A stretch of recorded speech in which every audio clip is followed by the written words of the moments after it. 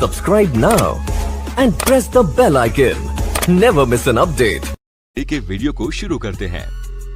Mattress making process. Mattress यानी कि bed पर लगने वाले मोटे मोटे गद्दों को बनाने के लिए सबसे पहले एक स्टील के पतले वायर का इस्तेमाल किया जाता है। इस स्टील के वायर को एक मशीन में से गुजारा जाता है, जहां इस वायर की छोटी छोटी स्प्रिंग्स बनाई जाती है। फिर इन सभी स्प्रिंग्स को एक कॉटन के हल्के कपड़े में एक मशीन के जरिए पैक किया जाता है। ऐसे ये मशीन इन सभी स्प्रिंग्स को लगातार इस कपड़े में पैक करते जाती है। फिर एक मशीन के जरिए इन कपड़ों में लगी सभी स्प्रिंग्स को आपस में जोड़ा जाता है।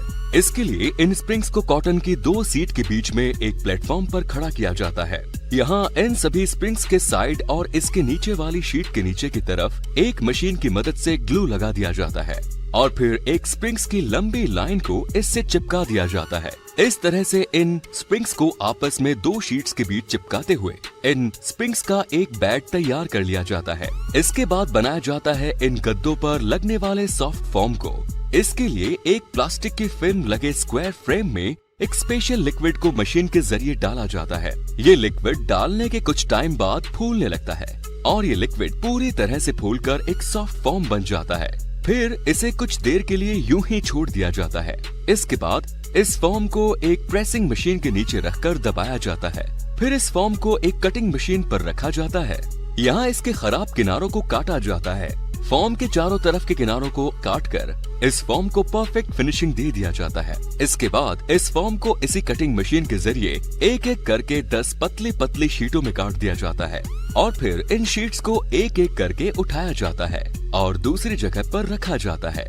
इन सब के बाद तैयार किया जाता है इन गद्दों के ऊपर लगने वाली कॉटन शीट को। इसके लिए एक सिलाई मशीन की मदद से कॉटन शीट को एक अलग टाइप के पतले फॉर्म से जोड़ा जाता है।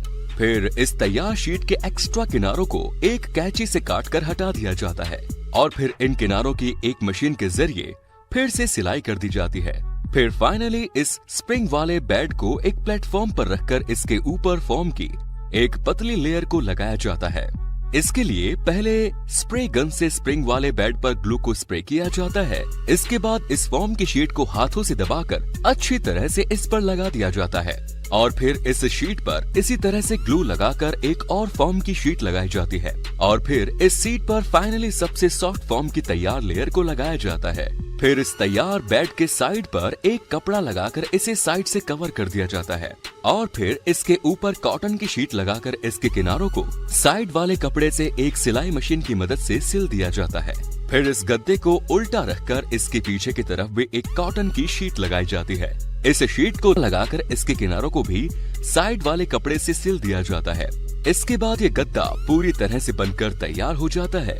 फिर इस गद्दे को एक मशीन के जरिए प्लास्टिक फिल्म में कवर कर दिया जाता है और फिर इसे आगे एक मशीन से दबाकर इसको इस प्लास्टिक फिल्म में वैक्यूम कर दिया जाता है, जिसके बाद ये गद्दा पूरी तरह से चिपक जाता है। फिर आगे एक और प्लास्टिक फिल्म में इस गद्दे को रोल कर दिया जाता है। फिर इसे एक डिब्बे में डालकर पैक कर दिया जाता है। फिर जब इन गद्दों को इंस्टॉल करने के लिए इसकी प्लास्टिक फिल्म को जैसे ही हटाया जाता है तो ये गद्दे वापस से अपने रियल साइज में फूल जाते हैं। Next is water tank making process.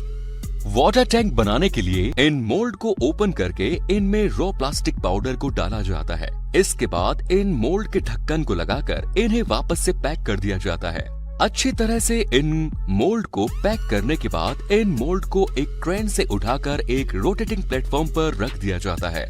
इसके बाद इनकी रोटेशन स्टार्ट कर दी जाती है और फिर इस प्लेटफॉर्म के नीचे लगे फ्लेम को भी स्टार्ट कर दिया जाता है। इसके बाद इन मोल्ड को अच्छे से इस प्लेटफॉर्म पर उल्टा सीधा घुमा घुमा कर इसे गर्म किया जाता है और इस मोल्ड में कुछ ऐसे हिस्से भी होते हैं जहां फ्लेम की हीट अच्छे से नहीं पहुंच पाती।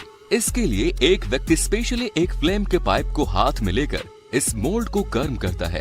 इस तरह से इस मोल्ड को गर्म करने से इसके अंदर डाला गया रॉ प्लास्टिक पाउडर मेल्ट होकर इस मोल्ड की दीवारों पर अच्छे से चिपक जाता है। फिर 20 मिनट बाद इस मोल्ड को कुछ देर तक रोककर इसका इंस्पेक्शन किया जाता है। अगर ये वाला प्लास्टिक मेल्ट होकर मोल्ड की दीवारों से अच्छी तरह से चिपक जाता है तो फिर इसमें प्लास्टिक की दूसरी लेयर बनाने के लिए इसमें एक बार फिर से प्लास्टिक पाउडर को डाला जाता है। इसके बाद मोल्ड का रोटेशन फिर से स्टार्ट कर दिया जाता है और फिर से घुमा घुमा कर इस मोल्ड को अगले 20 मिनट तक गर्म किया जाता है और ठीक 20 मिनट बाद इसके फ्लेम और रोटेशन दोनों को बंद कर दिया जाता है। फिर इसे क्रेन की मदद से उठाकर दूसरे रोटेटिंग प्लेटफॉर्म पर रख दिया जाता है। यहाँ इस मोल्ड को कूलिंग प्रोसेस से होकर गुजारा जाता है। यहाँ इन मोल्ड के ऊपर एक वाटर पाइप की मदद से लगातार पानी डाला जाता है ताकि इन मोल्ड को जल्दी से ठंडा किया जा सके। कुछ देर पानी डालने के बाद जब ये मोल्ड ठंडे हो जाते हैं तो फिर एक बार फिर से इन्हें एक क्रेन की मदद से उठाकर जमीन पर रख दिया जाता है और फिर कुछ टूल्स की मदद से इन मोल्ड को ओपन किया जाता है और फिर धीरे धीरे करके इनमें से वाटर टैंक को निकाल लिया जाता है। इनमें से वाटर टैंक को निकालने के बाद इसके बाद इस पर पहले से बना बनाया एक ढक्कन लगा दिया जाता है। इसके बाद ये वाटर टैंक पूरी तरह से इस्तेमाल किए जाते हैं। Next is PVC pipe making. PVC garden pipe बनाने के लिए मेन रॉ मटेरियल होता है पीवीसी रेजिन। इस पीवीसी रेजिन को सबसे पहले एक मिक्सिंग मशीन में डाला जाता है, फिर इसमें स्टेबलाइजर, लुब्रिकेंट्स और कुछ प्रोसेसिंग एसिड्स को डालकर मिक्स किया जाता है और इन पीवीसी पाइप्स को अलग अलग कलर देने के लिए इस रॉ मटेरियल में कलर पिगमेंट को मिलाया जाता है, जिससे इन पाइप्स को अलग अलग कलर दिया जाता है। फिर इस रॉ मटेरियल को अच्छे से मिक्स करने के बाद इसे एक कंटेनर में निकाल दिया जाता है और कुछ देर ठंडा होने के लिए छोड़ दिया जाता है। फिर इस मटेरियल को एक कंटेनर में डाला जाता है। यहाँ इसे 150 डिग्री सेल्सियस तक गर्म किया जाता है, जिसके बाद ये मटेरियल एक रोटेटिंग डाई के ऊपर से होकर गुजरता है, जिससे ये मटेरियल इस डाई पर मेल्ट होकर राउंड पाइप की शेप में बाहर आते रहता है। फिर आगे इस पाइप को ठंडा करने के लिए एक वाटर टैंक से गुजारा जाता है और इसके ऊपर से भी लगातार पाइप से पानी इस पर गिरते रहते हैं। इसके बाद ये पाइप पूरी तरह से बनकर तैयार हो जाता है। फिर इस पाइप को 30 मीटर की लेंथ पर काटकर इनके रोल बना दिए जाते हैं और इन्हें अच्छे से बांध करके इन्हें प्लास्टिक फिल्म से कवर कर दिया जाता है। इसके बाद इन्हें मार्केट में बेचने के लिए भेज दिया जाता है। Subscribe now and press the bell icon. Never miss an update.